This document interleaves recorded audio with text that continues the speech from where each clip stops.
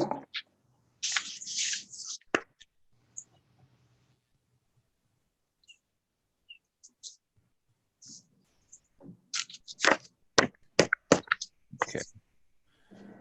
Should be live. If my internet starts acting up, please let me know too. But I will call to order the public hearing at 5:17 p.m. We do have two items on the agenda tonight. The first is ordinance number 2020-12. Chelsea, would you read the ordinance, please? An ordinance amending the codified ordinances of the city of Ravenna, Part 12, Planning and Zoning Code, Title 6, Zoning, Chapter 1278, Supplementary Regulations, Section 1278.23, donation boxes by allowing the disposal of boxes after 60 days of impoundment, after impoundment. Thank you. And before we go into the public comment that I have, Mr. Finney, would you give us a brief overview of this? A couple years ago, these boxes were pretty popular. They would end up on typically vacant lots with unutilized lots without the owner's permission. And one of them was Planet Aid specifically. We were able to get, I believe, one of them removed. And then a year later, we had two more pop up.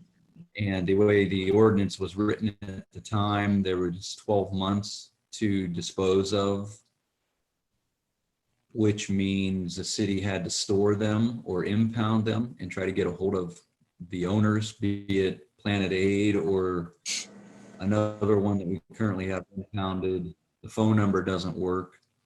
Planet Aid had been given sufficient email and phone conversation information. They refused to remove them.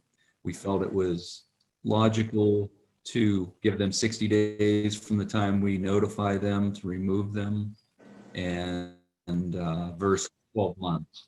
So we decided to make that legal, we had to change the ordinance.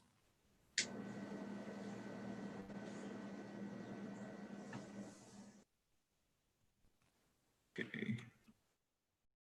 That's pretty much it. Yeah, in a nutshell. Sorry, I was trying to find the unmute button. Did anyone else from council hear from the public on this issue? Have any input? No, I did not. Thanks. No, I just wanted to say I was part of the council that put a stop to this, and it was a needed thing that needed to be done. And I full-heartedly support this.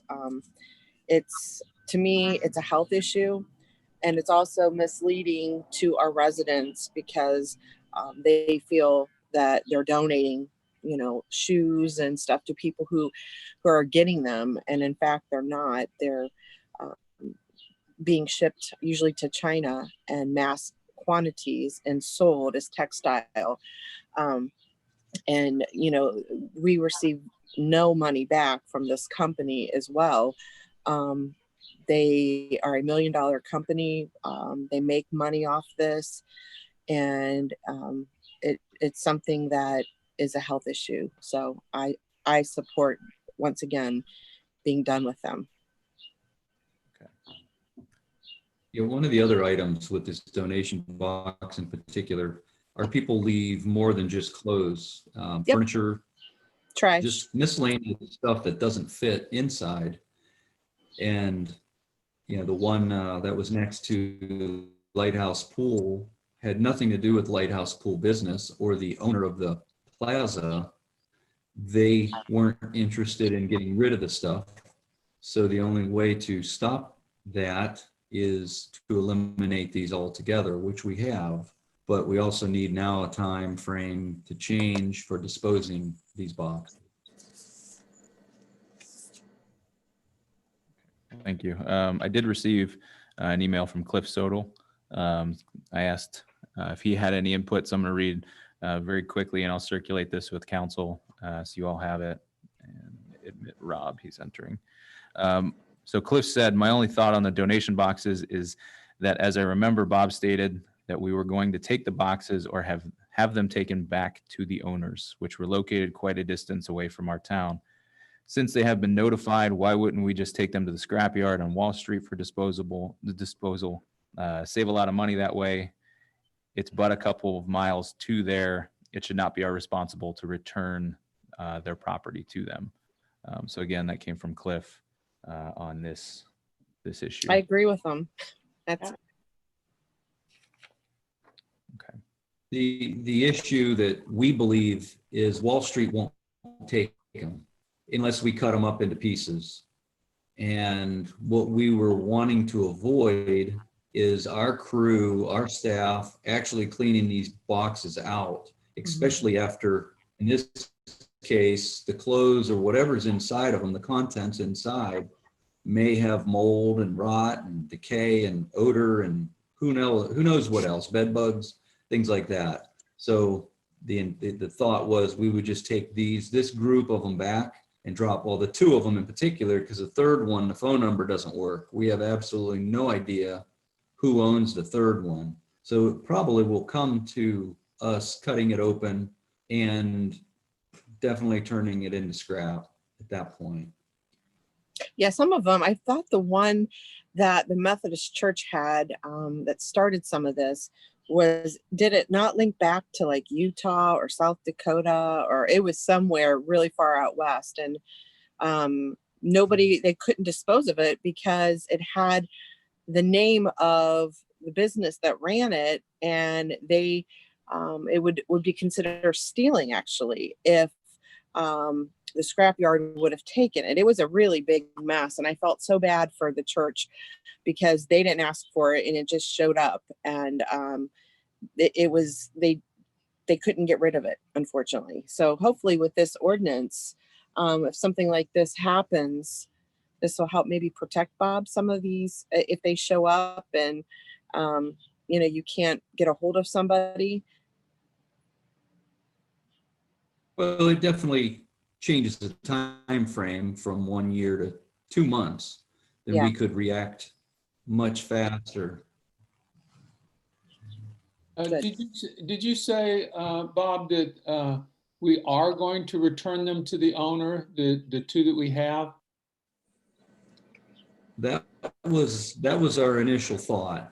We were going to have Rivers tow them, and I had spoke to Rivers in the past before the whole COVID thing started, and they were willing to put them on the flatbed, take them up to Solon. That's where Planet 8 is, and they were just going to roll them off into their parking lot.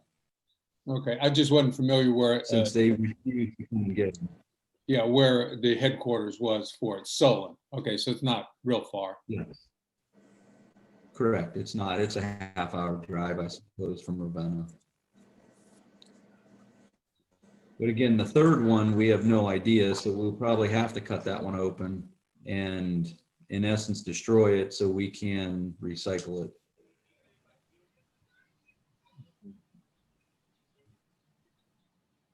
Thank you. At this time, is there anyone out there that has anything else to add to this? Hearing none, I will move on to the ordinance number 2020-22. Chelsea, go ahead.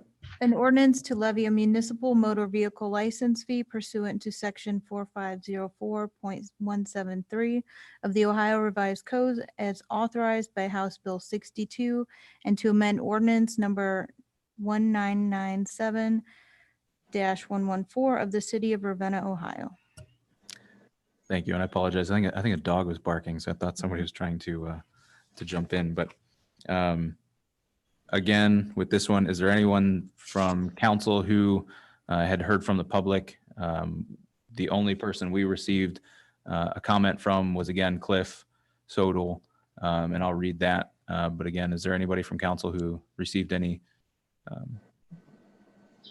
Okay. Well, Mr. Finney or Kay, do you mind giving us a brief overview on this?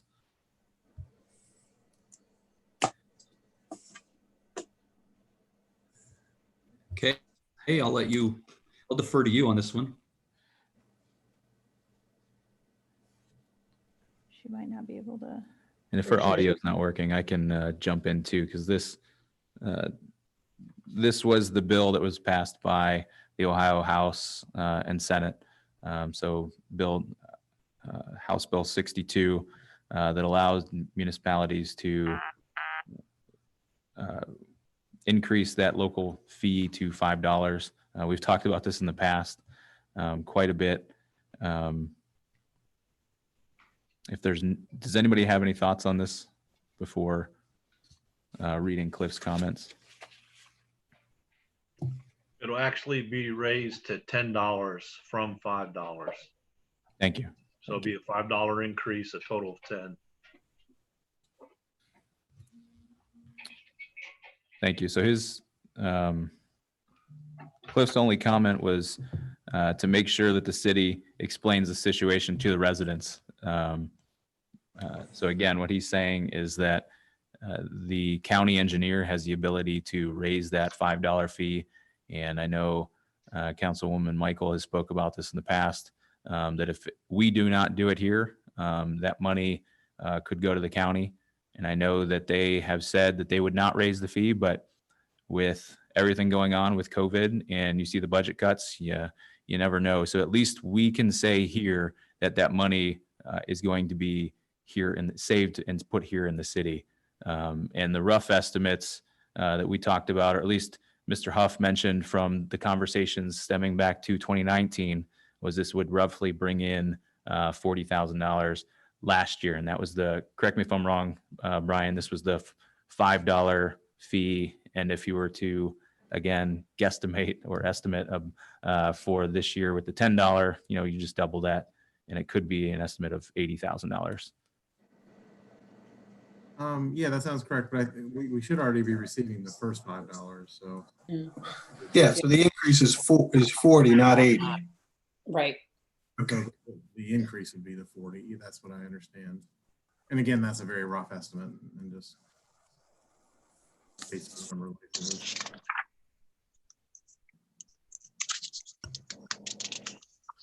Okay.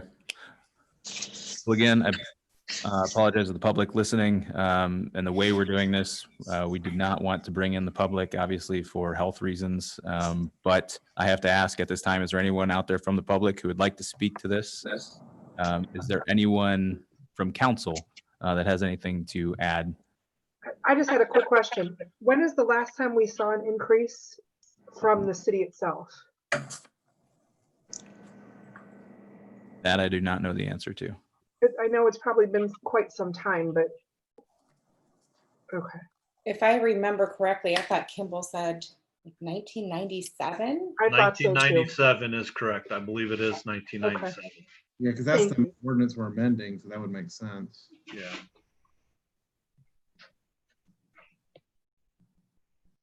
Thank you.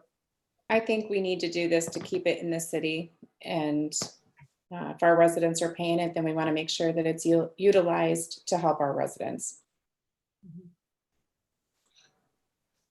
All right. Well, if there's no other public comments, I will adjourn this public hearing and we will vote on this come June 22nd. So with that, I will call to order the special city council meeting of June 15th at 5:30 p.m. Chelsea, would you read the roll? Thank you. Calfee, Here. West, Here. Moskin, Yes. Harper, Here. Wood, Yes. Michael, Here. Karis, Here. And the notice. You read them. you are hereby notified that a special meeting of the Ravenna City Council has been called for Monday, June 15th, 2020, immediately following the public hearing scheduled at 5:15 p.m. The purpose of the meeting is to consider and/or act upon creating a special council subcommittee under the Planning Committee to discuss the Maple Grove Cemetery Union. Thank you. So with this, you all should have received the letter, which we will discuss separately. The only thing we're going to discuss in this special meeting is the formation of this subcommittee to take a look at the Maple Grove Cemetery Union and its importance to the city and the partnership with the township. So with that, it was my recommendation, and I'm asking for council's vote to form this committee. And I have asked that Rob be chair of this committee since it's falling under planning. And since Matt Harper and Paul Moskin are part of the cemetery board, that I would appoint them to this committee. With that, that I'm asking for your approval, majority of council to approve this with a roll call vote, excuse me. Is there any comments on the formation of the committee or questions? So the specific charge is to review the relationship between the township and city with regards to the cemetery? Yes. Or, I mean, how broad is it and how specific do you want this to be? Well, I think right now it's very broad, and the only information we have to go on is what we see on paper. So we have received the email from Chad Murdoch recently. We received the request for budget cuts from the township a month ago or so. So it's to look at those two pieces and then start asking questions, not starting probably with the law director and working your way up to eventually bringing council and the township together, because we are going to have to come together. But I think there's a lot of questions that still need to be answered by the city, putting those pieces together. So then that committee would be charged with bringing it back to council. We can discuss the whole. This would not exclude anybody from council from this. It's just charging those three to really lead the charge and find out more information that we can move forward. Because again, this could be a short process where we come through in a mediation with the township and move forward.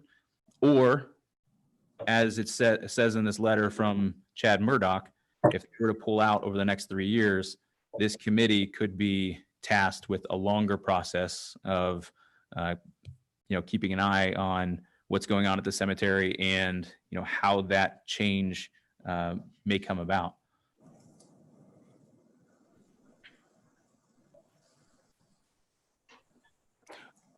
Well, if there's no other questions, I would ask, we do need a motion to approve and a second with this. So move. Second. Thank you.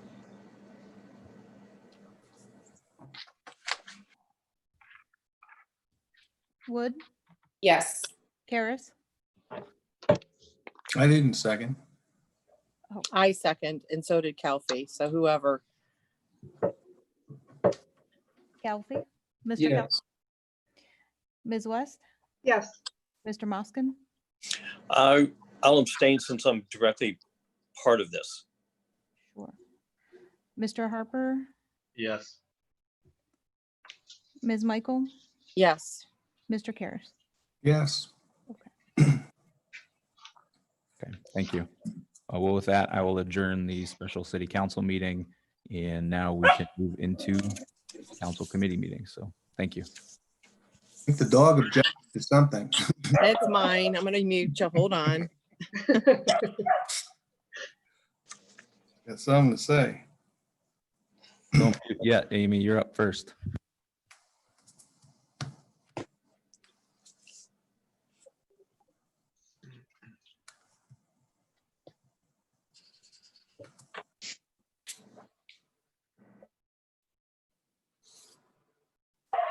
I'm just going to go put him in the house. One moment, okay?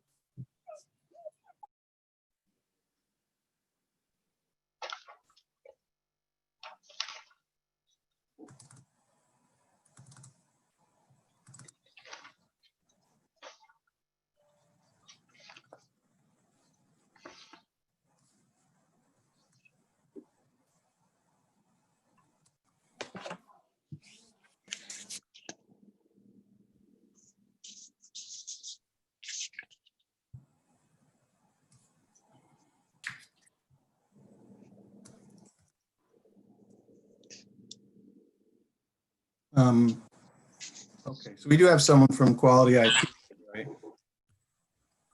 Yes, Katie is here when IT committee goes into session. All right, I'm back. Sorry. What happens when you're at home that you never know what to expect? So you ready for me to start public health and safety? Yes. Yeah, okay. Okay, I will start public health and safety. Today's Monday, January 15th. I'm not sure of the time because I do not have it in front of me. Andrew, what time do we have now? 5:37. Hey, 5:37, so we're ahead of schedule. First item on the agenda is necessary purchase of various sizes of fire hose. Chief Chappell called me over the weekend to explain the severity of this. He apparently did talk with Brian. Chief Chappell, are you on right now? I am. Okay. So if you want to go ahead and explain to council what you explained to me about the condition of our hose and, you know, how we would become liable if something were to happen. Yes, I could. Okay, so apparently some literature or information was sent from the State Fire Marshal Office about this time last year. And basically it was prompting if the department itself wanted to apply through the State Fire Marshal's Office for some grant that was for equipment. And in the information, it primarily touched base on the service of fire hose and the age of it. So in short, any fire hose from 1987 or older has to be taken out of service. NFPA 1962 states that they recommend 10 years of service life. This hose is 32 years old now. They recommend 10 years of service life to be taken out. They are in the process of mandating that. So what the State Fire Marshal Office is doing along with BWC through an act also called PERP, that's a Public Employees Risk Reduction, which falls through BWC. They are saying if the hose is not taken out of service and you utilize it and there's an injury, that we could be fined up to 50% of whatever the injury cost is to that employee. So say somebody gets hurt and they're hospitalized for $50,000, there's a $25,000 fine for it.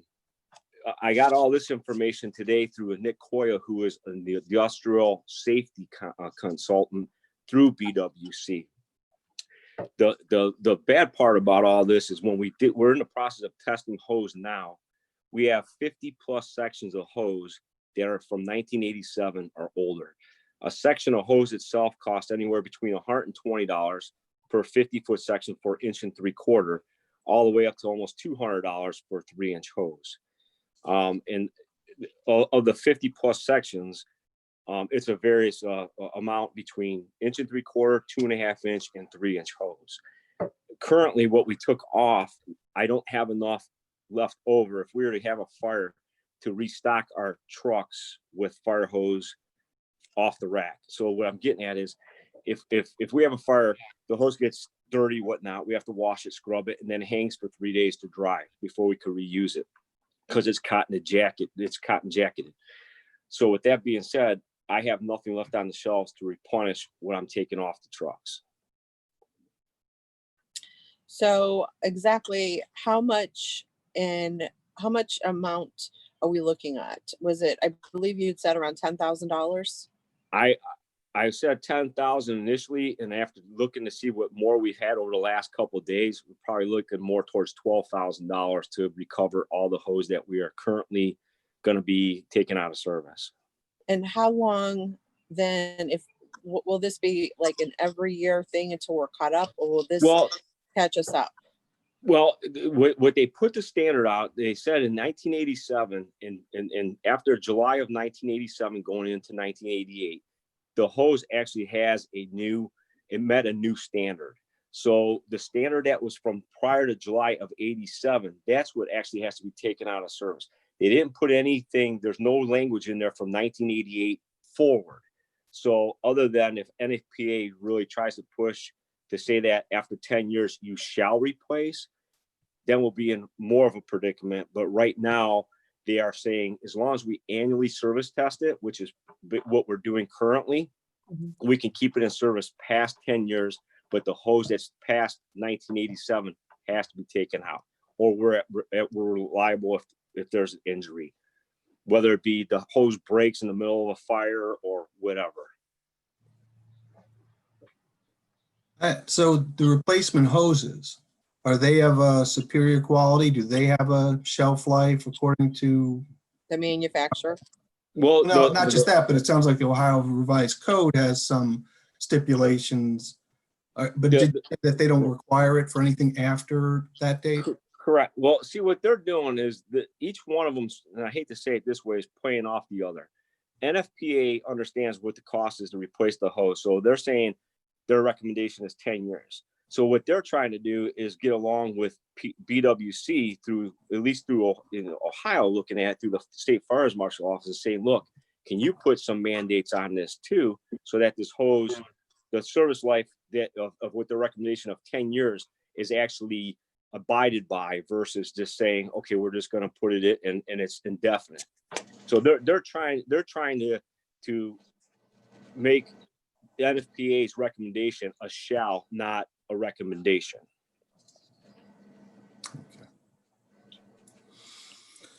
Well, sounds like something we need to do. Yeah, I mean, there's no way getting around this. And he did speak with Brian. This will be coming out of capital improvement. Can I just ask real quick? Sorry, Amy, to cut you off. Chief, just out of curiosity, what is the hose that you're using the most? Is it 1 3/4, 2.5, or 3? An 1 3/4 is our primary attack line. 3 inches what we supply, honestly, for the most part, our ladder truck, along with 4 inch. And the 2.5 inches more of like if it was like a commercial structure fire, it would be the diameter hose we would use for a commercial structure fire, because the amount of gallonage of water that the hose would deliver. Now, how were the old ones disposed of? It wouldn't be able to go to another fire department. We could, I mean, if the service department wanted to use it for like utility hose or something of that nature, or we can, send it to auction and auction it off. But it wouldn't be able to go to another department. Yeah, that's what I understood, but I didn't know how it was disposed of. Like you just said, the service department possibly could use one for rinsing vehicles if needed. Yes, they could use it for whatever they want to use it for, as long as it's not for the fire service. Okay, if they wanted to use it working on hydrants or something of that nature, absolutely, they could use it for that purpose. It just can't be used for structural firefighting. Yes. I had a question also. Mark, you said that about a year ago, we were notified about it, and there was also a grant available to help with replacement. Is the grant still available? Can we talk about that? It is not. The pamphlet that I have was forwarded to me was actually dated May 23rd of 2019. And then the grant that BWC, or not BWC, but that the fire marshal's office had was open in March of this year and closed, and it was all the awards were already given in April. So unfortunately, this information got missed somewhere along the way. So correct. We can't do anything else now at this point, but other than purchase it. Correct. In the language in here, and like I said, they said that they said you run the risk. You can use the hose if you absolutely want to use the hose, but you're taking the liability. And it's just saying, like, one of the sections in here says, all manufactured prior to July 1987 shall be phased out by 2020. Well, we're already into 2020. We've already missed the phasing out part. We're already 6 months plus into 2020. So we're already running the risk for the last 6 months. Okay, see, the problem is we service test our hose once a year, and we do that in May. So when we already did our service test of all of our hose last year, by the time when this came out, all of our hose was already pressure tested and re-rolled and hung and done. So to look at the manufacturer date on it, you'd have to unroll every single piece of hose again. And like you said, it kind of fell through the cracks because we already did our test on this. So this kind of got put probably back on the back burner and forgotten about, unfortunately. And now, when we came back to do our service test this year, I'm looking back at the paperwork that was involved in all this and finding this information, kind of put us in the predicament we're in right now. Can I ask real quick, Chief, is there anything else that's similar to this that you see coming down the pike that's going to need upgraded or is out of date? Well, the air packs that we have are going to be out of date of May of 2021. So that we're going to have to do coming up now as well. And I have information on that through 2 different manufacturers. I have prices on that stuff that I have available for you guys. I know the Chief Cleveland that is put in for capital improvements for $100,000. That's going to be a little bit low. Actually, it's going to be quite a bit low. The packs now for an air pack with 2 cylinders is roughly between $7,000 and $8,000 per air pack, and we need 20 of them. So you're looking at somewhere between 140 and 160, not counting any extra mass that we would need to be appropriated. And right now I think he asked for 100,000. So he's going to be about $60,000 short. Are there any grants out there that might be available for that? The thing would be is we could wait till April to see how the fire grant goes, the AFG grant goes. The problem is with COVID and everything, they're talking that they may be backlogged and not even open up the application period to April.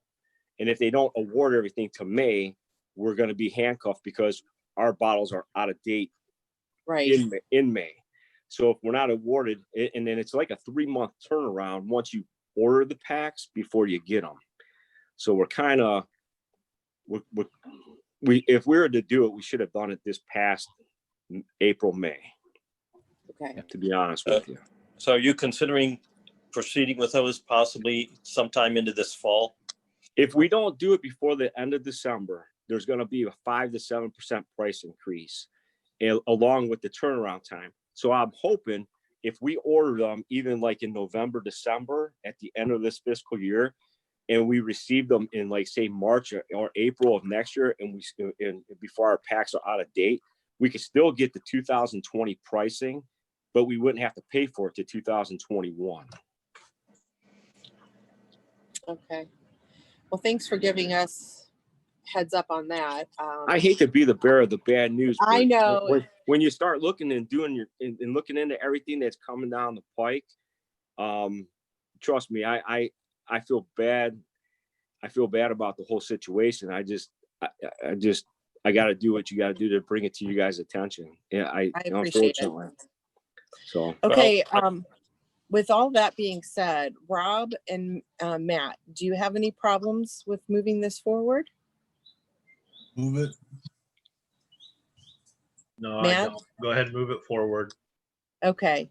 Okay, so we will go ahead and move this item forward to committee as a whole. And again, thank you, Chief Chappell. I know, like I said, you guys have been working really hard with everything, trying to do the best you can with what you got right now. So I really appreciate, and I appreciate you always calling me and telling me what's going on. So thank you. I appreciate it. You're welcome. I do have one question for you guys though. Yes.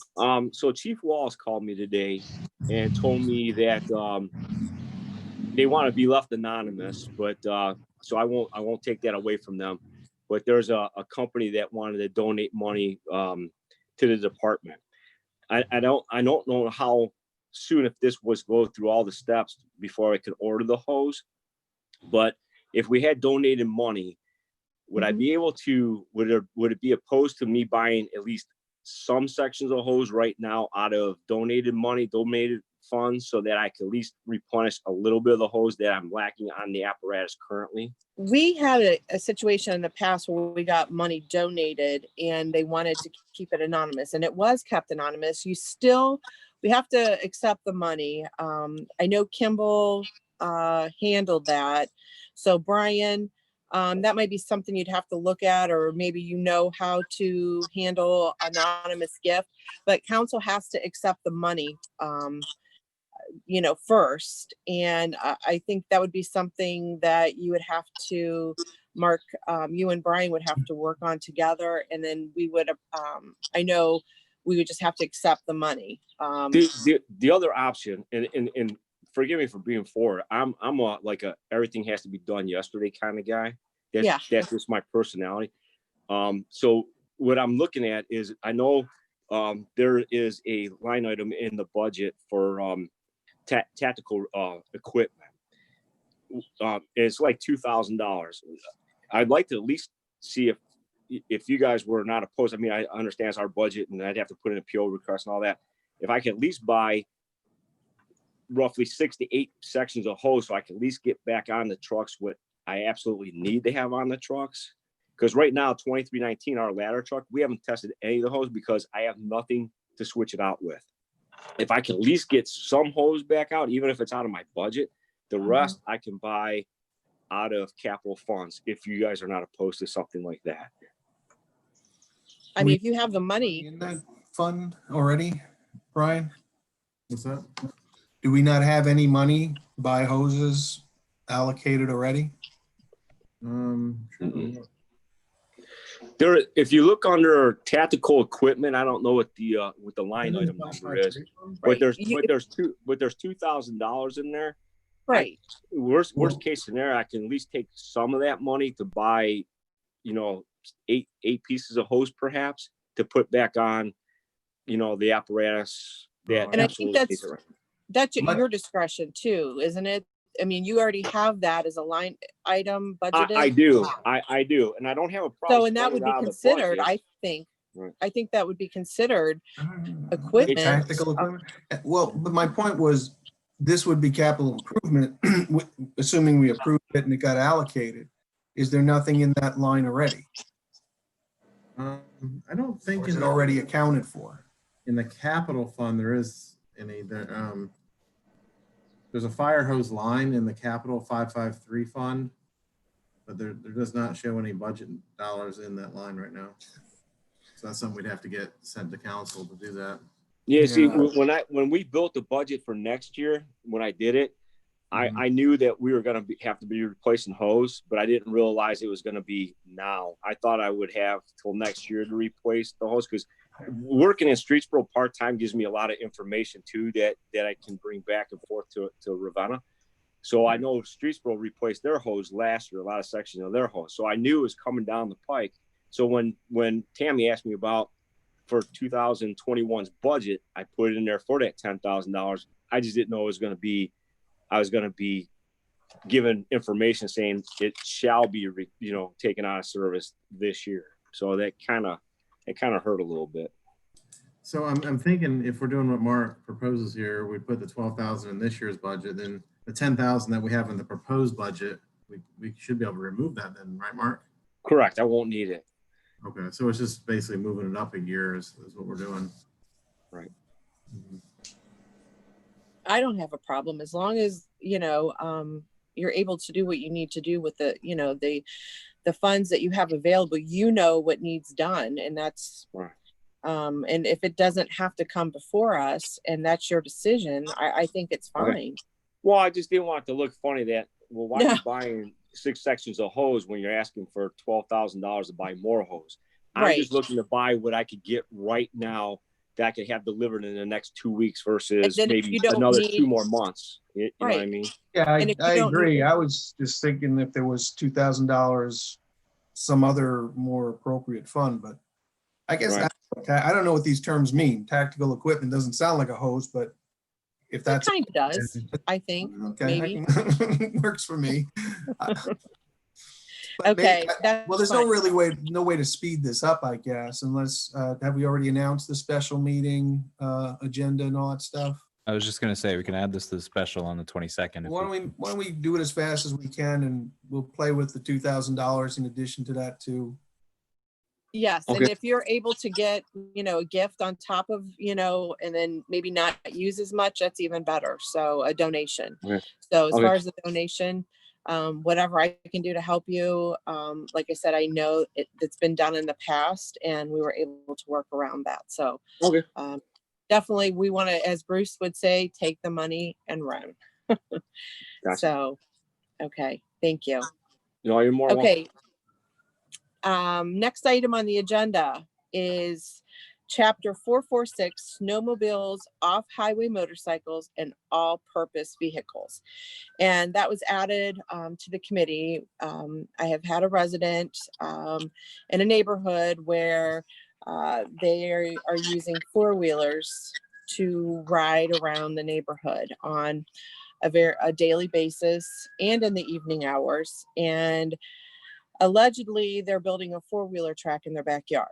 So I checked with Bob, and I know our property maintenance person has gone out and looked around. And I know the police have been called as well. Unfortunately, we don't really have anything on the books saying that they can't ride in the city.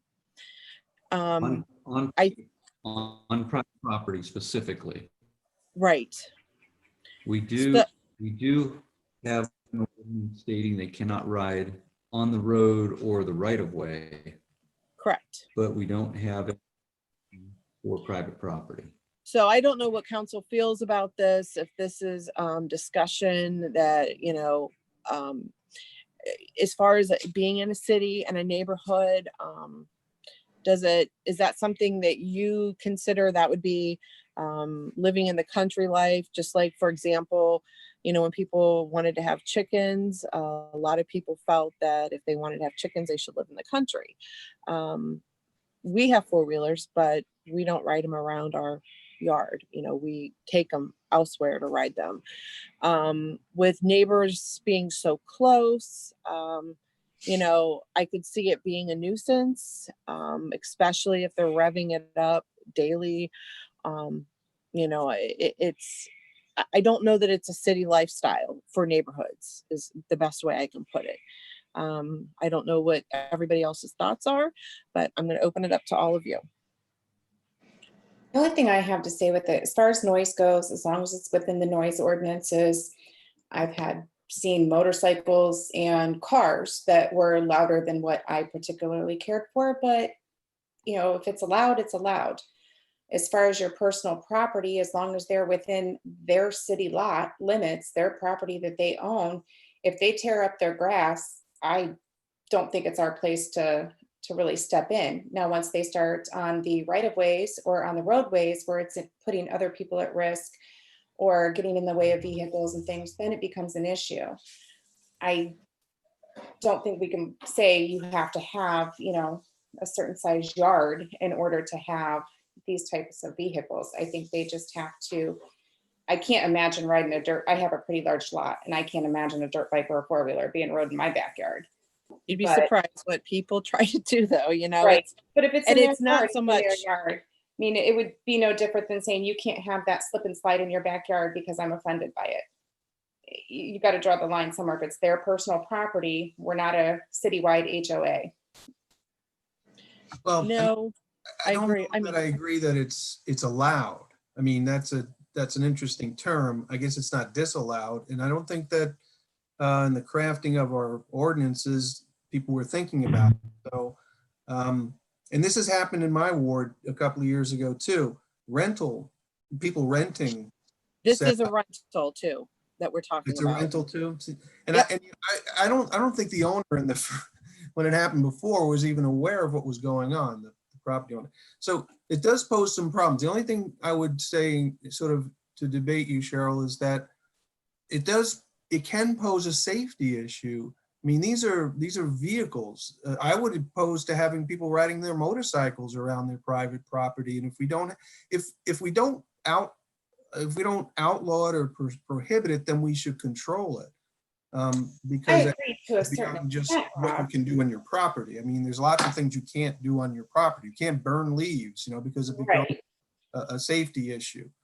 And we I could think debate whether we have to be it's a safety careful issue. in what we're looking at. If we're looking at the noise, well, then we have to look at the noise across the board. The vehicles coming down the street, the motorcycles revving in front of the houses. We have to look at it across the board. Well, instead I'm not thinking of noise. property. I'm saying safety.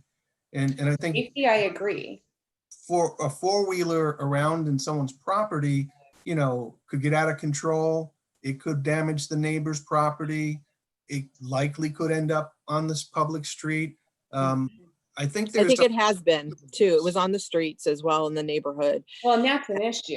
It's a multiple of things, but you know, I get the call and I feel terrible because I know if that were me, I would not expect living in the city that someone is going to put a four-wheeler track in their backyard and be riding their four-wheelers all day. I don't know many people who would like that.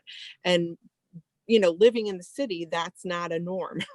You know, that's something that you do out and, you know, out in the country, trails, places like that. But like I said, we just, you know, it was brought to my attention. I did feel terrible for the neighbors. They've called the police in the past. And the police had told, now this is only what the neighbor had told me, that there was nothing they could do. So anyways, so there you go. This Well, specific case, But- And I'll just quickly add that, this specific. Mr. Finney, if I could just cut you off real quick. Sorry, and I'll let you Well, talk. yeah, go ahead. Um, just to add to what Cheryl's saying, I had some similar complaints. The complaint didn't arise until the individual started going into the neighboring properties. And the neighboring properties, one's an abandoned home and the other was an empty lot where the home had been torn down. So the track has kind of expanded itself beyond the homeowner, their personal property. And then in addition to that, then you do see them out in the road and drag racing up and down some of these city streets. And sometimes, or I should say more often than not, it is, you know, a mother and kids or the father and kids. And that's where, when you're on the city streets, that's where I see it becoming an issue. Right. When it is about safety, you can make an argument for behind the house, but then how do you, what I always ask Chief Wallace is what's dispatch worthy when somebody's driving. There's a loud vehicle now. Yeah, sorry, Finney, I'll let you finish.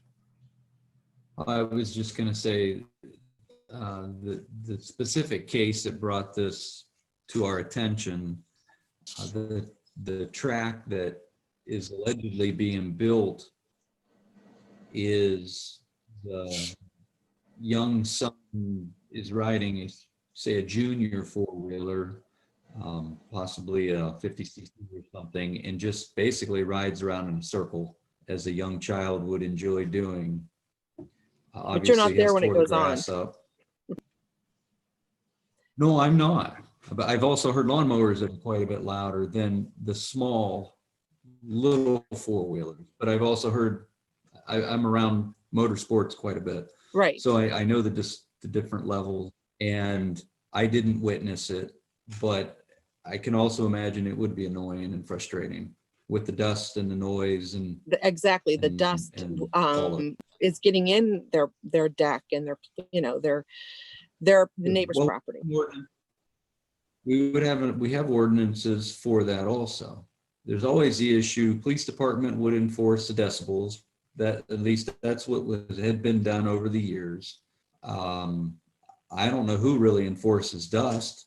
I dealt with it on North Scranton Street. I sent the owner a letter and, you know, spoke on the phone with him, and, you know, we kind of came to an impasse. He claimed he wasn't doing it. Neighbors said he was doing it, that sort of thing. So anything in the road or the right of way is enforceable as it is. That's all that I have. Any other discussion on this?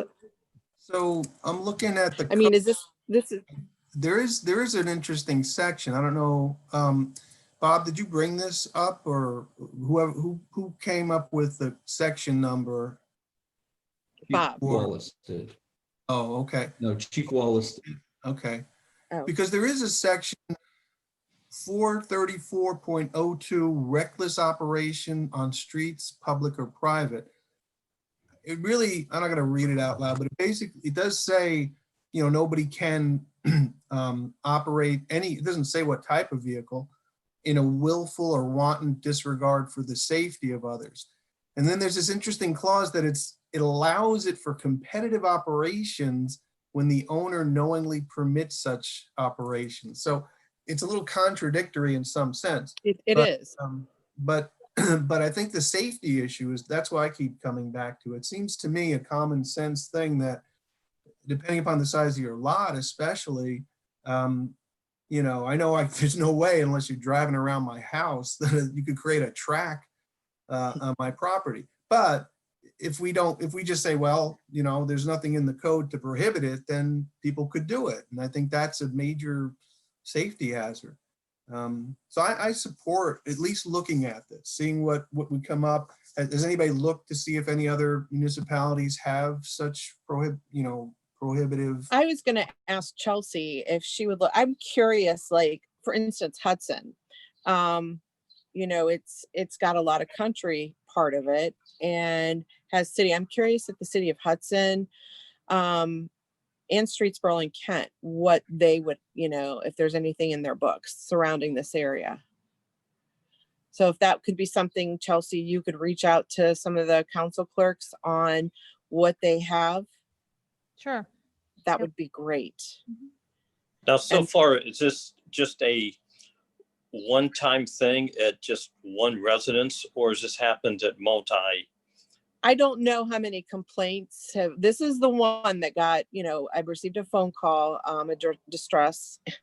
And, so that's why I looked into it to see, is there any way we can stop, what can I do? What codes do we have? What I typically do when somebody calls me, being a resident and a homeowner, I try to see, what can be done or, how I can help them. And so that's kind of where I am with it. I reached out to Bob, our property maintenance, to check out and see what was going on.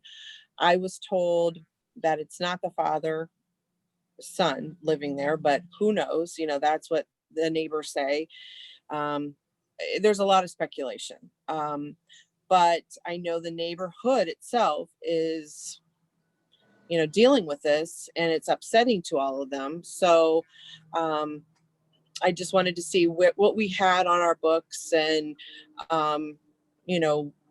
if it's something that we need to check out or, but I get that it is hard to tell somebody, in your backyard, you can't do this, you can't do that. And I don't want it to sound like that, but at the same time, I never would have thought that you could ride our ATVs in our yard continuously over and over all day. I think of that as a recreational vehicle where you go places not in city limits. So maybe I'm wrong for thinking that, but that's just how I've always viewed ATVs.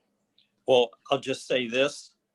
I won't mention the address, but there's some people over on Sycamore that tell me, I haven't seen it. They don't tell me exactly when, but they've said they've done certain things like this and street riding. They said, well, if someone calls the cops and if I know a cop is coming, I'll get off the road and kill the engine. And I mean, I don't like that. I don't agree with it because it's quite dangerous. And I don't know how that can be proven when someone is doing that, even in a backyard. Well, I think we all know nowadays we have, I don't know these things, I forgot. Little cameras. I'm surprised. I can't imagine in this day and age, if a neighbor had a problem with somebody doing what you just said, that yes, would record them and then show that to the police. So I think there are some mechanisms technology that can buttress a claim, but that's not unusual. It's like a house party. The police come and they turn it down, then the police leave and they turn the volume of the music back up. I think, that's a constant battle, we have. Well, I support looking into this at the very least. And if we come up with something that's reasonable, then, I think we should bring it up for a vote. And I'm gonna talk to the resident more and kind of get some more feedback from her. And maybe I'll check with the police department to see how many phone calls they've actually received with, since it's been nice out, total ATV calls in the city, not just that particular area, but is this something that maybe we're not even aware of that's going on in multiple areas? It wouldn't surprise me. So, okay, Matt Harper, is there anything you want to say in regards to this, seeing you're on this committee? I just will say that they are becoming more popular, not just the four-wheelers, but the four-wheeler razors that look like they're more road ready. I see them in my neighborhood sometimes a couple times a week. I have a family down the road that the dad, he takes his little daughter and he goes around the block a couple times. He's going about 10, 15 miles per hour. But if you call the police, he's back home before. So yeah, you'd have to get him on video. He's not really trying to cause trouble. He's Right, not that's racing. different. So I think we do need to take a look at it and definitely have some more discussion if we're going to allow it. So. Okay. Andrew, anything you want to say? Just to answer Paul's initial question, I think this is a yearly thing that comes up. And then just to add I would caution against the video, encouraging people to videotape everything. I'm not encouraging it. I'm saying we see it all the time, right? It's a way of life. Yeah, people do stuff. I Yeah. get it. Yeah. I'm not encouraging anybody to spy on their neighbors, believe I me. understand. Yeah. I'm sorry if that's the impression I left. Okay. With all being said, this is something we'll have further discussion on. But like I said, again, I just wanted to make it, everybody aware of it, that I received a phone call about it, and we might start seeing more of these. So this is just something, I guess, for us to keep on our radar. With that being said, any other management updates? If not, I will adjourn. Thank you.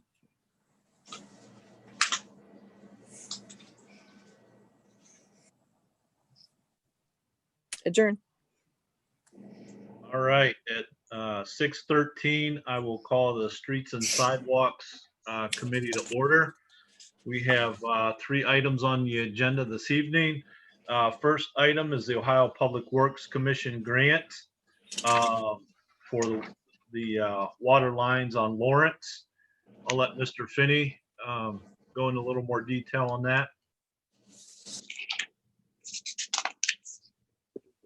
Request is simply an annual ordinance authorizing the mayor to enter a contract with the best low bidder, which would be based on Board of Control's approval. And it also discusses the grant amount and the loan amount, and the rest is covered by the city, which is budgeted. Unfortunately, we're not able to bid the water line project because OPWC currently doesn't have a budget. We received an email a couple weeks ago from OPWC stating the state of Ohio has not approved their budget yet. They don't know when the budget will get approved. We're hoping it will get approved very soon. We'll be allowed to be authorized to enter a contract. The money will be appropriated. We will then bid the project out once we hear that. We are allowed to advertise for the project, but we won't because we don't have the grant funds, if that makes sense. What we would normally do, and Mr. Bowen has done this for close to 30 years, or 40 years, whatever, however long it's been, 30 years. I think one around 34 of, sorry, Gary. I guess they're paving in Ward 3. Gary from my office is calling me. What Mr. Bowen would normally do is advertise, but we would not enter a contract until the state of Ohio provides us the money. In this case, we're afraid to advertise in case the state doesn't come up with the money until September, October, November, or whenever. We don't want to leave a contractor hanging, and at some point their bid would be no longer valid if we can't enter a contract with them. So we do want an ordinance passed so we're ready to move forward as soon as the state of Ohio allows us to. Okay. Yeah, that sounds good. What was our percentage of that, the city? Do you Well, know? it would be, I think we're budgeted for 250,000, but it usually doesn't work out that way. Typically, it's a $500,000 project, half of it's grant, but 50,000 of our portion is coming from a loan, but we've already got costs associated with the project that we roll into the project as part of our cost. For instance, our design, our survey, and that sort of thing. So we've already, like I said, we've already covered some of our match for this project. Okay. Any questions or concerns from the rest of the committee? If not, we go ahead and move it forward. Be prepared for when the budget comes out. Perfect. All right. Next item on the agenda is prohibited and restricting parking on, is it Highland? Between Vine and Yes. Yeah. What started this was the resident across from Spano Bar doesn't want parking on their tree lawn anymore. And I know we've had this discussion in the past. Tree lawn parking is always an issue. It is not permitted in this location. With having had the bar shut down for 3 months or whatever it is, there was no parking there. Now the resident wants to plant grass and turn it back into tree lawn. So for us to put no parking sign, city council has to approve that. So I wrote an ordinance, a proposed ordinance, that we would post no parking signs. We would post no parking signs from, I think I had Vine Street to Diamond Street. yeah, that's what it is. There already are signs that I've seen in that section that say no parking both sides. So is this another street that we have signs up with no ordinance on the book for that area? I can't remember that I saw signs on that section. I believe it's in the ordinances, no parking from Diamond to Oakwood Street. But I don't remember there being signs at that section. But again, for us to pound a no parking sign in the ground, it has to be by ordinance. Well, I believe I had an understanding there was supposed to be no parking on tree lawns anywhere. Correct me if I have a misunderstanding. No, you are correct. Okay. Some Parking areas is were prohibited on grandfathered. tree lawns. Oh, okay. I thought Yeah, there was an some- ordinance where you get a permit and you have to Right, certain Well, that's things. different if you get a permit for a certain amount of hours. right. Or- It in the past, it was something that was always done. There's gravel there and there's an area for people to park. So I believe because it was always done there, it was always assumed that you're allowed to do that. It might have been one of the properties that were grandfathered in. Because we do have some of those that they have gotten permits. Because some of the driveways from years back are not big enough to accommodate vehicles with this new day and air. Back years ago, a lot of people only had one car per household, and Yes. nowadays everybody has a car. So there has always been gravel there, and there has always been parking there. So to my knowledge, when I talked with Kay about this, because it showed up over the weekend that there was dirt placed on the parking area. So it did upset some of the patrons, and I did receive a phone call. And I called Kay to find out, if this is something the city's doing, or is this a resident, or, but the resident does own the home, and they do not want parking any longer. So, I mean, in front of there, they want to make it grass. So, that is their right to do that. I Yes. believe they recently purchased the house. It used to be a rental house, but Yes, I do remember that.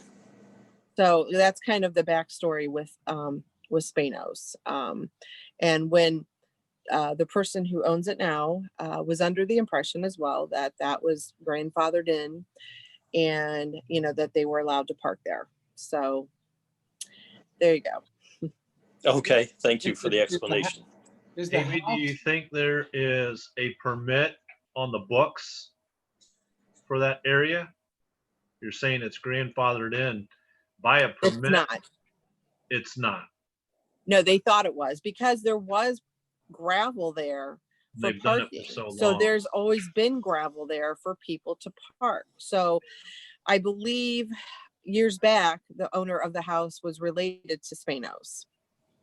So I think that's kind of how all that was allowed back when it was allowed, prior to us having this ordinance. But now, Bob, is it both houses that want that lawn, or is that grass area going to be that whole part, or just the one part?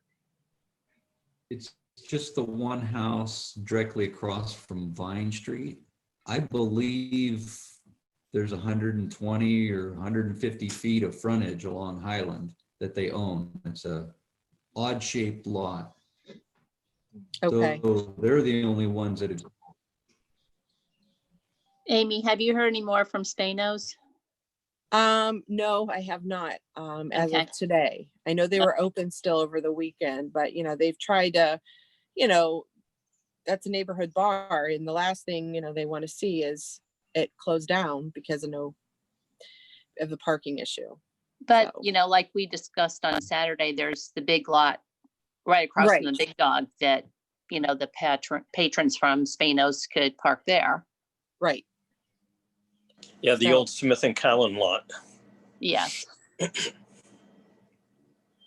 Yeah, you So hate to take away parking from a local business, but it is the homeowner's right to, Right. And I think that property they back. understand. I think they should be allowed to take that back. Absolutely. It would be a little bit further walk. Hopefully it wouldn't deter some of their local patrons. But yeah, I think we should move forward with this.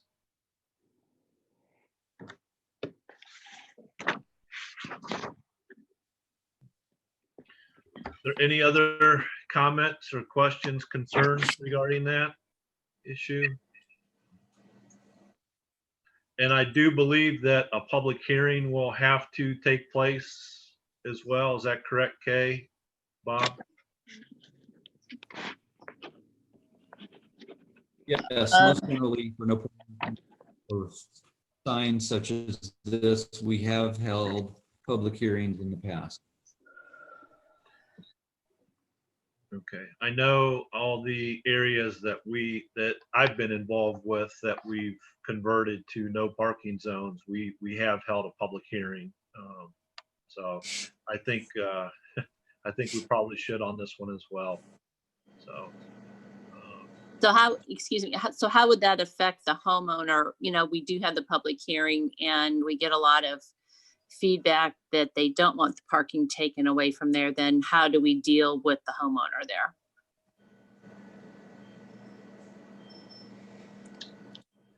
Well, it seems like the homeowner's property, then they should be able to do what they want and not allow it since it's their property. But then I guess my question is, what's the purpose of the public hearing then? And I'm just asking. I think possibly to persuade the homeowner to possibly allow parking. Yeah. would be See, my- I believe that's, even though it's been assumed, I think a lot of times we shouldn't assume a lot of things. We need to find out. Nothing against Spano's owner, but I believe the property owner has the right to say yay or nay if they want people to park there, and if they don't, that's their right to do. And there's the option, which is a short walking distance where Smith and Cowan used to be years ago, which there are many patrons of the Big Dog that use that, which it looks fine. And if I remember right, the most cars I've ever seen parked in front of that house is 2. Am I correct on that? There's most of the time it's 2. Once in a while when I've gone by there, I've seen a 3rd, but it's rare. Mm-hmm. Yeah, well, I mean, if we're not required to do it, and everybody feels that the homeowner has the right to recover that property, then we'll just go ahead and move forward with it. I'm okay with that. I don't disagree with that, but correct me if I'm wrong. We're talking about the tree lawn, which I don't think is part of the owner's property. It's city property, if I'm correct. So that's a technicality, but I get your point. It's your property. It's right in front of your property, and you have to maintain it if it's got grass on it. So I agree with that. But Rob, you are right. It is. That's an exact statement. Yeah, it is the city's property. But I mean, I don't, the homeowner does maintain it. Right. So that was the question, I guess, the bar owner had is, the city's, it's the city's property. There's gravel there. Why aren't my, patrons allowed to park there?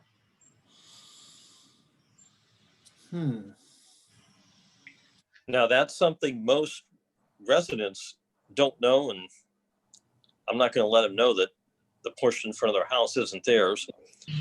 But Bob, what's your feeling? Do you feel that we should have a public hearing on this?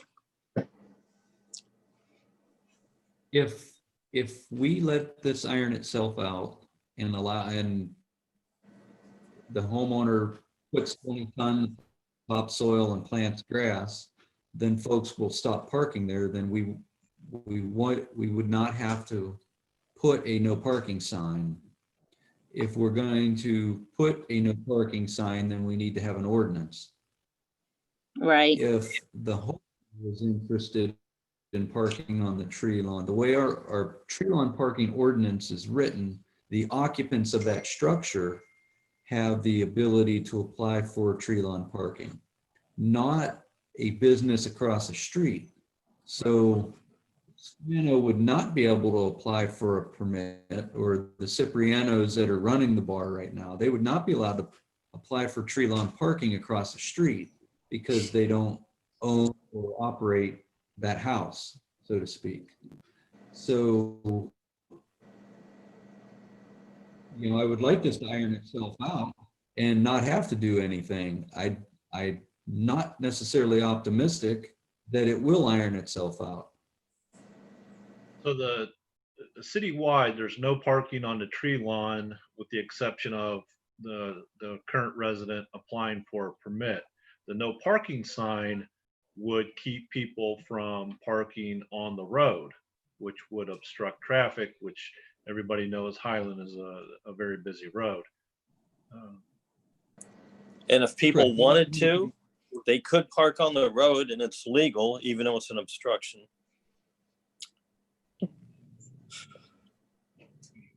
That is correct. If it's not marked no parking and it's not in our ordinances as no parking, then they could park on the road. if we have a no parking sign, then it's enforceable for a ticket or potential towing, I guess, at that point. So, And if the homeowner wanted to down the road, when people stop parking whenever, you can say, well, I'm not going to take care of this anymore because I wasn't allowed to take care of what I've been doing it for years. Some people have done that. I've actually seen that years ago, and it's not good, but Well, after thinking Yeah, about, there's a couple. Go ahead, Kay. I was just gonna say, when you look at the rest of Highland, it is no parking according to the present ordinance. So why not just go ahead and get that middle section so the whole street is uniform, no parking? yeah, because I think allowing parking on that section of Highland would be a safety issue. Yes. a big one. So, Those are just my thoughts on that. So. okay. All right. No, I believe it's critical. So I'm okay with moving this forward as it is. And if a public hearing is not required, we'll just move forward with it.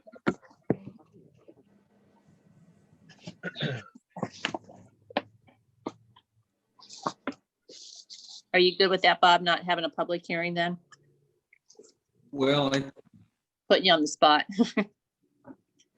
I believe the law director is going to have to answer that question, Okay. or we're going to have to look at it. I know in the past we've had public hearings, and it might have been the previous administration's desire to have a public hearing.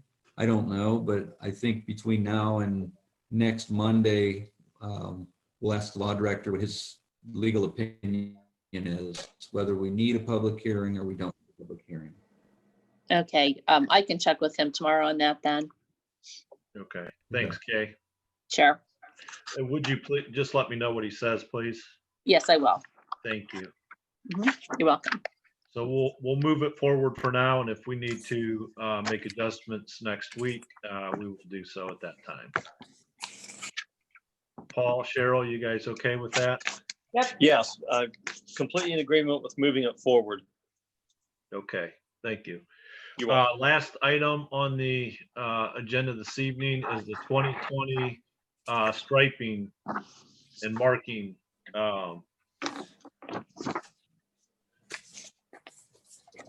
Do we have, do we have anybody to do that yet, Mr. Finney? Yes. We opened up bids.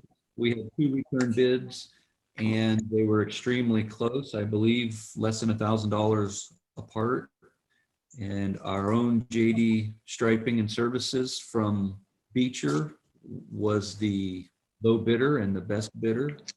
James Swimmer has formed our striping program for 19 of the 20 years that I've been employed. So we're happy with his work, and And they're local. Exactly. That's a plus. What's that? I said And, they're local. What was the Yeah. final bid, the winning bid? It was 61,000 some change. It was. Okay, all right.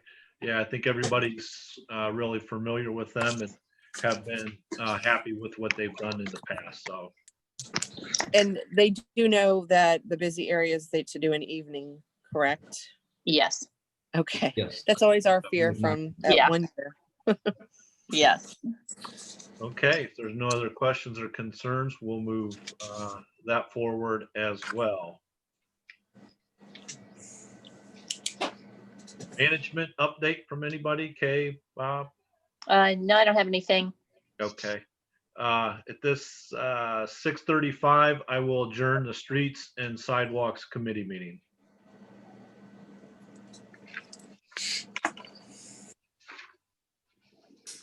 Information Systems call to order at 6:35. We have a quote that's just up for discussion regarding the live streaming video cameras from Quality IP. Since we don't know how long we're going to continue or have to continue with the live streaming and the possibility of different departments being able to do video meetings directly from their departments. We did receive a quote for $2,180 for all of the camera or the services involved in the video meetings. The camera equipment, there are several avenues that we can go down to look for permanent video equipment. So it's just to see who's interested, what thoughts. I think it's a great idea. I know that people have really wanted more of the live streaming, the public.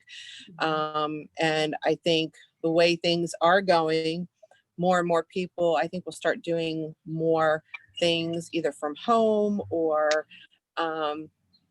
it just is better technology, I think, for us to have it for our residents. So I'm supporting it any way we can, Cheryl. So you got my support. Awesome. Thank you. This isn't just for now. I mean, this is like I don't know, Ongoing. It's but this is ongoing. Even And this when is we're even back in with the the- council chambers. Right. Even when we're back in council chambers, that way our meetings could still be live streamed. You know, we do have a lot of elderly residents, a lot of people that are interested in what's going on within the city, but they can't make it out, you know, to the meetings, but yet it would give them a way to see what we're doing.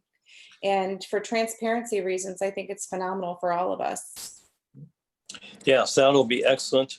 Would it be just one camera with a wide angle? Would it be different cam? Questions about the quote. So Well, I can. Okay. it So seems like it has two separate things. What there's Right. one has to do with the licensing.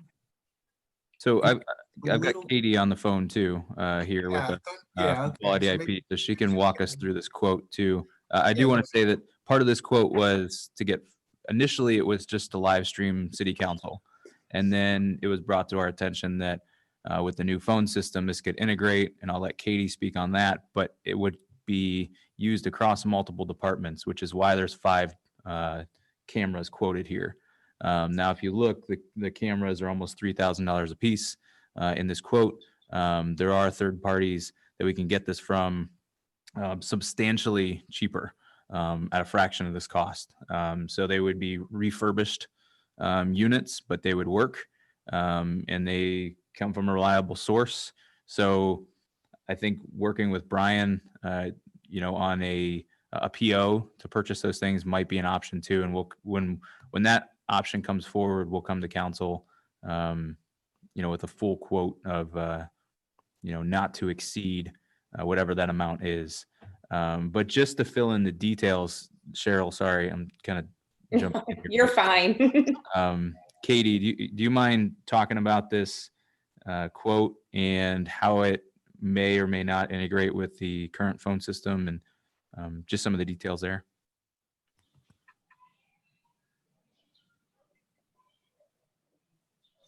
Can everyone hear me okay? Yes. Okay. So what we see on the quote here, the biggest piece of it, as Andrew said, are the cameras.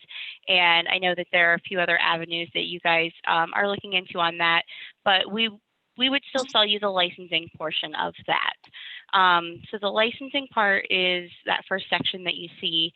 The very first line, the $1,500 meeting server license, that would be to set up and maintain the licensing on the meeting server itself. This is an on-premise solution.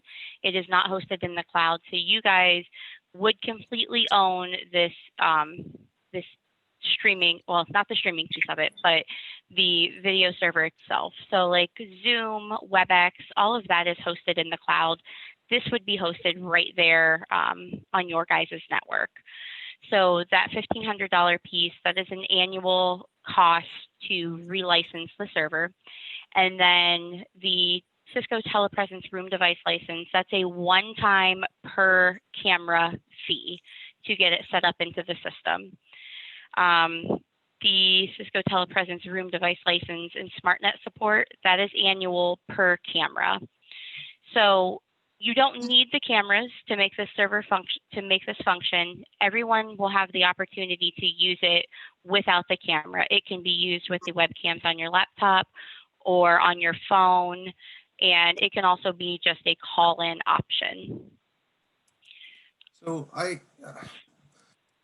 a little confused. So what, let's say someone's at home. Do we have to set up a website? Can you integrate this with YouTube? I mean, how do we actually enable this to get to people's homes? So the way that, are you talking like for you guys to join or for the public to join in? For the public. So for the public to join in, you guys will have a link that you publish, or the ideal solution is it will be very similar to what you're doing right now, where you have the meeting, so it's on the Cisco meeting server, and then it would stream through YouTube. So public facing, it wouldn't be much different than what you're doing right now. Okay.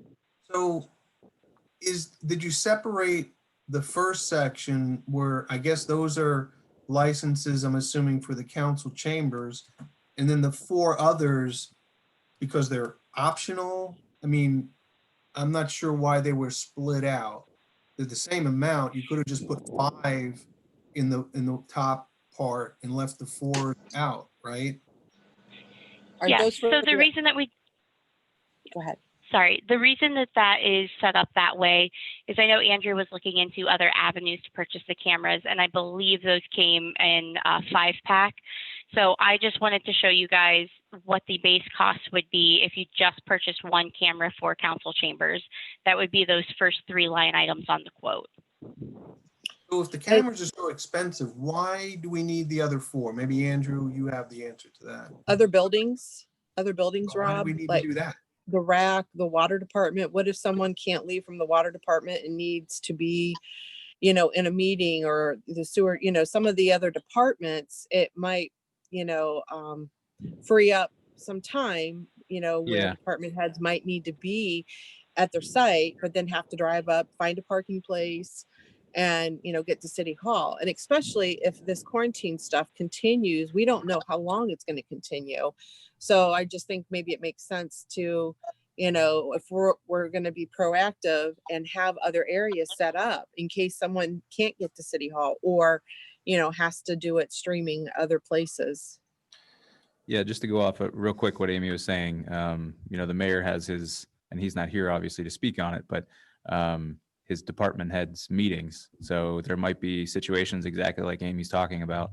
If they can't meet face to face or they choose not to, they could certainly do that with these cameras. At least that's how I was explained. So you'd have one not only here in council chambers, but next door in the conference room. So you could do meetings there, possibly engineering, you could the water department. So you could kind of go on from there wherever they're needed, I guess, most, as decided by the mayor.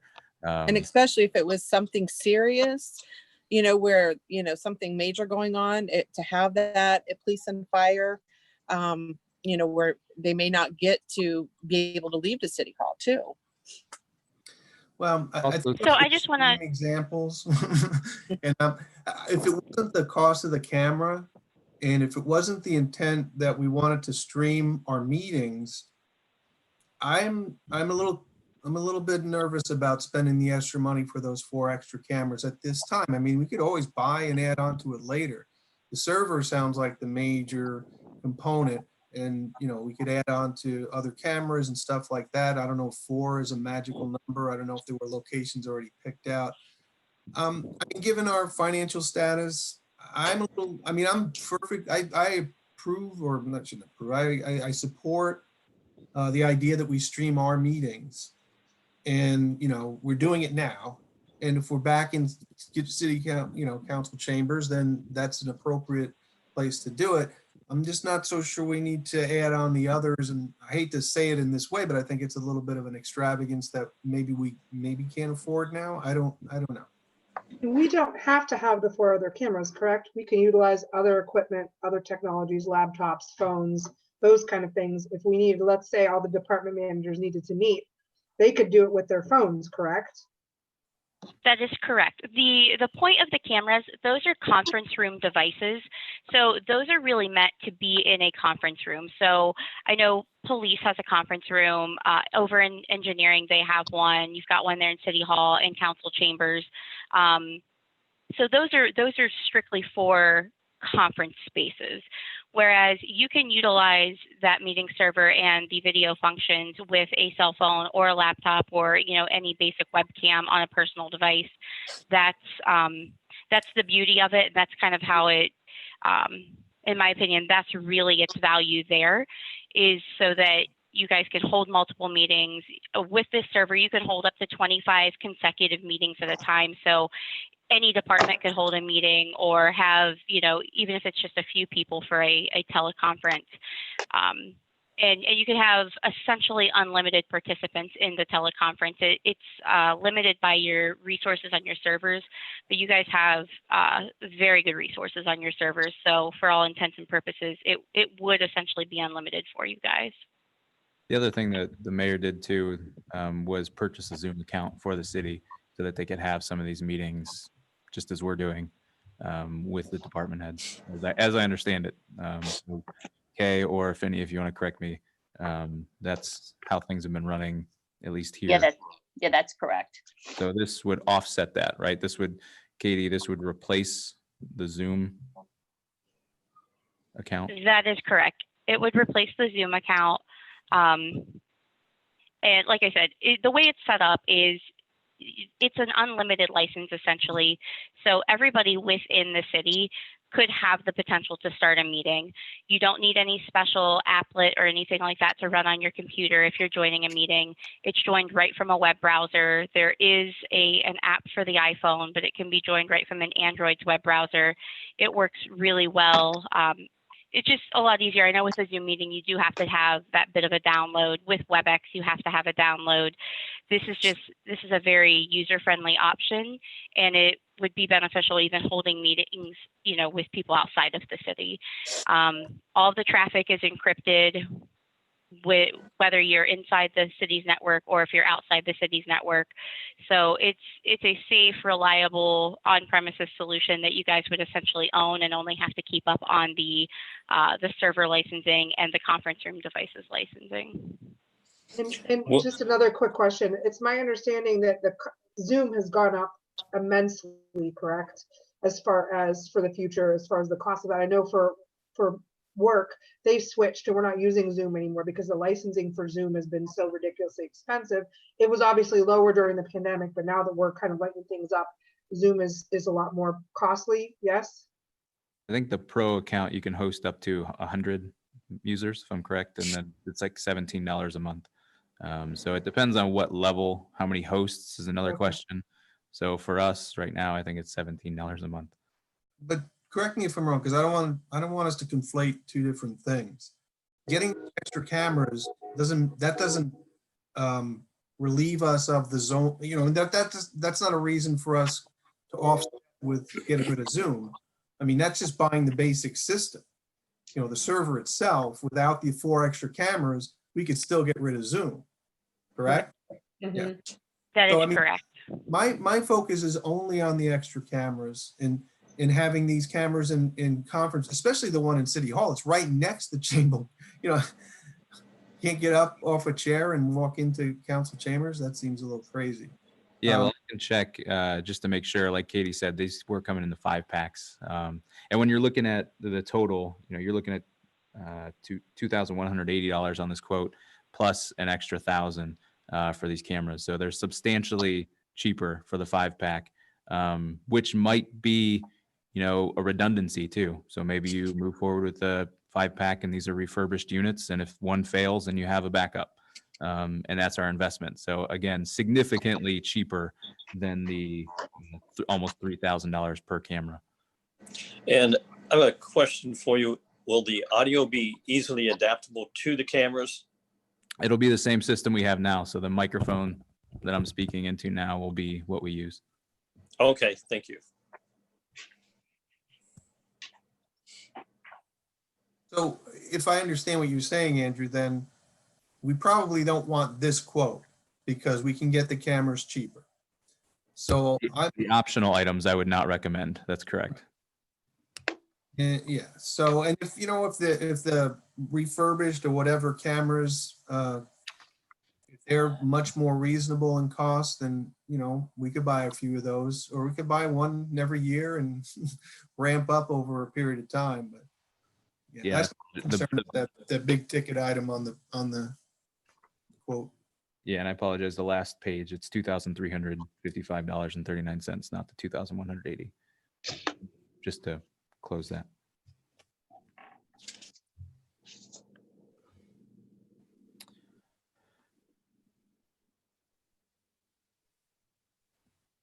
So are you okay with moving? Can I ask Rob? Sorry, Cheryl, I'm stepping on your toes. Is the IT committee okay with moving this quote forward, or would you rather wait and talk? Have a further discussion, because again, I guess alongside that discussion is when we might anticipate meeting in person again. I'm not too sure when that might be. Go ahead, Cheryl, sorry. It's all right. I am totally in support of moving forward, at least getting the servers and the proper equipment that we have in order to keep live streaming, whether we're meeting in person or video. I think that that's just a positive step forward for City Council in general. As far as the cameras, I do believe that Council Chambers definitely needs to have the proper equipment. And if we can get them cheaper, then let's look into doing so. If not, at least get that set and discuss further cameras in more detail later. I agree with Cheryl. Yep. And I would just like to clarify one more thing. So the cameras themselves, the third line item there, the room device license, that is per camera per year that you guys have. So if you have one camera, it's, that $105. If you have two, it's double that. That is per camera per year. So what is the other one that's 507? That's the one-time license cost to get it registered into the system. Oh, and the other one is, so really it's the support, right? Mm-hmm. It's the SmartNet that's the 105. Yes, and that I get SmartNet, it. that includes, okay. Yeah, I get it. Don't worry about it.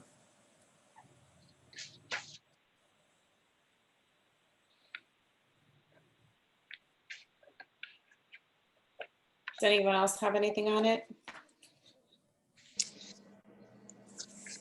Question is, if it is approved, what camera would be in council chambers that we would work off of? Does this include a camera for that? Yes, if approved, this would be the camera for council chambers. Is that my understanding your question correctly, Dr. Coffey? Yes, I'm just not seeing the price of that camera for council chambers on the quote there. Yeah, so It's there, it's 2850.42. You just don't multiply it by 5, right? Well, no, not necessarily, no. So there is a third party separate from this quote that we would be able to get that same camera for substantially less. But that comes, you have to buy them in packages of 5, right? I will double check that and make sure the IT committee and council is aware. But Bring it back at the council, if you have time, at the committee of the whole, and we can iron out the particulars. I think my other question too is if you can get 5 cameras for a fraction of what one camera costs, you get 5 and then you have a redundancy in there. And then you have the option, if you were to move 1 or 2 across the city, you take advantage of that too. Like I said, yeah, it's the cost. That's the bottom line. I mean, I think obviously if we could get 5 cameras for the price of 1, right. I think we'd all be for it. Yeah, exactly.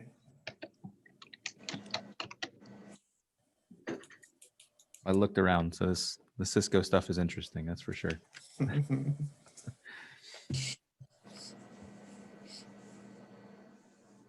Anything else? With nothing else, we'll adjourn at 55.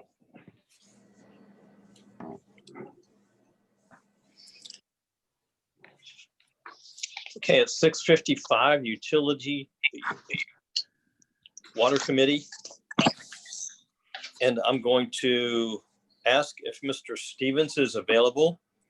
Said he was going to try to. I think he's logged in here.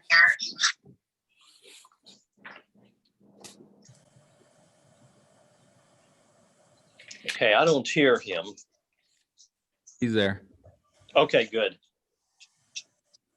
Okay, he was going to do a little bit of explaining since he's able to be available.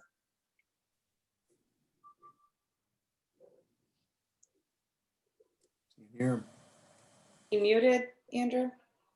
Doesn't look like it. He is not muted. Tim, down if you click the lower left-hand corner on that next to the unmute button, there's a little up arrow. See if it's on microphone Realtek audio, if that's selected for your select a microphone option.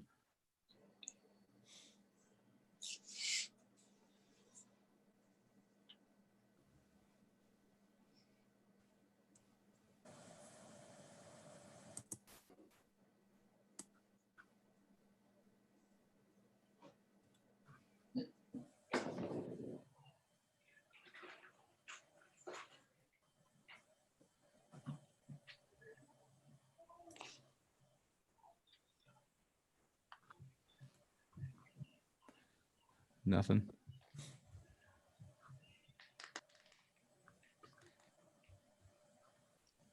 Technology, right?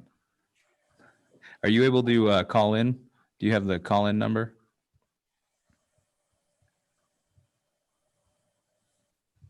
I can fish that out.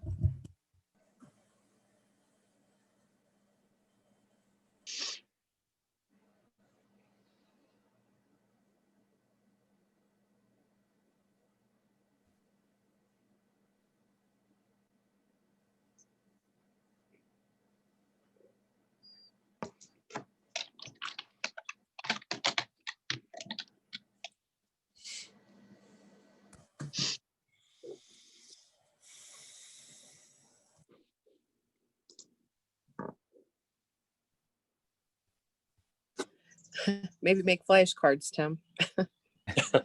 Hold them up. I just sent you the link in chat there, Tim, if you want to, the mobile, if you want to call in, that might be the quickest way, that one tap mobile.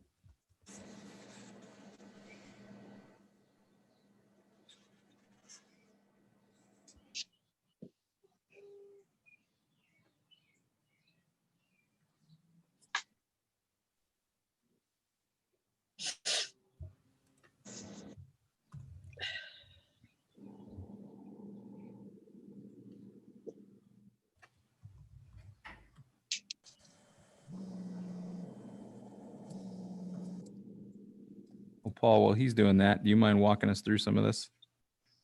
Yes, I just didn't want to overtake his input. It deals directly with the water tower at City Park. That's There common. is- We usually do that a lot. Well, apparently, the past, I think we've done it a couple times, haven't we?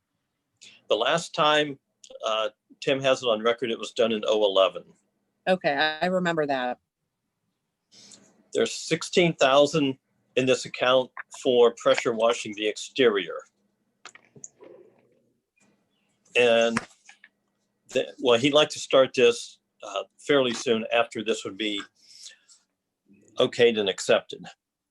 And then the interior would need to be cleaned out from a little bit of rust Working out. and Okay, sorry there. about that. Okay, that's fine. Go ahead. So anyways, yeah, it was the tower was painted in 2011. That's the last time that have been in the interior. And so I recently had it inspected with a diving company with an ROV, so that they take a little robot in or submarine thing. And it showed some sediment, which is, that's normal. I mean, you're gonna see that in water towers, but it needs to be vacuumed out. And there's some areas that need to be touched up with the paint. So I'm still in the exploratory, looking at different contractors and stuff, but also, if you drive by the tower, you'd notice that it needs to be power washed on the outside, not just for looks, but that black kind of mold stuff deteriorates the paint over time. So I already had that in the capital budget to do that. So this is adding more money to take care of some stuff on the inside. The divers, one of the companies I talked to, when they're actually in there, after they vacuum it up, they can show me, I could be in their trailer and they can show me what areas need to be taken care of. And there's actually a way that they can actually paint the spots while there's water in there, because it's a food grade kind of, if you can imagine what they do probably on ships when they're underwater, they got to fix that stuff. The technology has been around since 1985, believe it or not.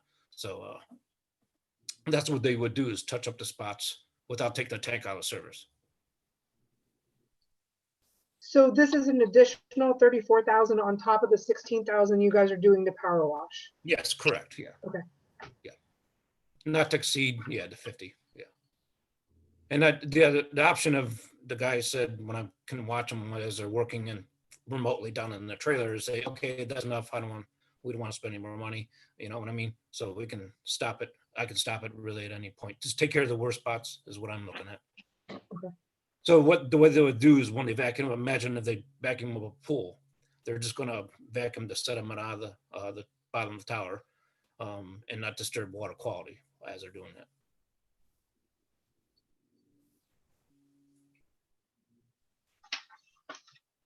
Are there any other questions or comments for this project? If it hasn't been done since 2011 and needs done, then we need to move it forward. Yeah, yeah. I'm sorry. City Park's kind of our lifeblood power. The problem with GE is just so big, we don't use it just because there's too much water. We can't turn it over. So being able to do this while it's online without disturbing water quality is a plus.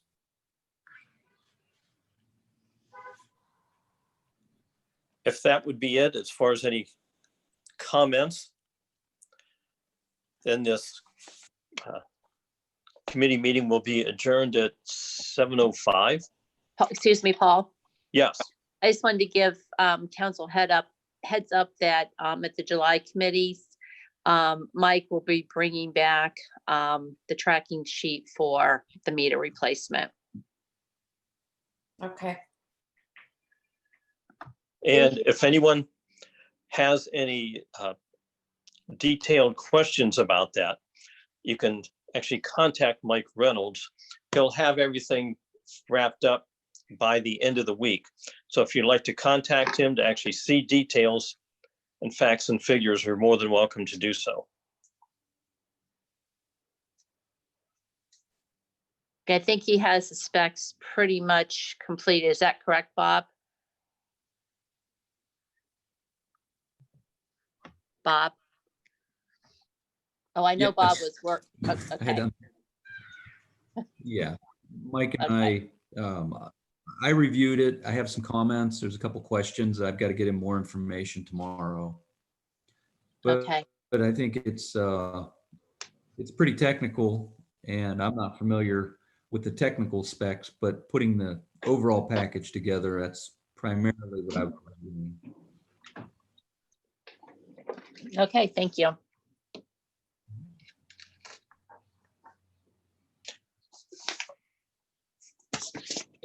If there are no other comments, then this will be adjourned at 7:07. All right. Thanks, everybody. Thank you. Talk to you You're in welcome. a second. Bye.